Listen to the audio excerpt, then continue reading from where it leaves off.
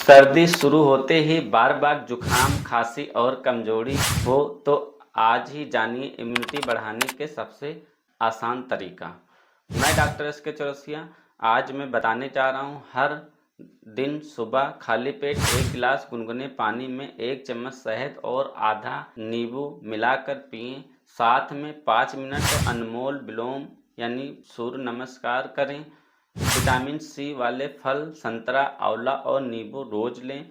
Fast food कम करें। नींद पूरी 7 घंटा लें। ये ही असली इम्यूनिटी बूस्टर हो सकते हैं। स्वस्थ रहना आपकी जिम्मेदारी है।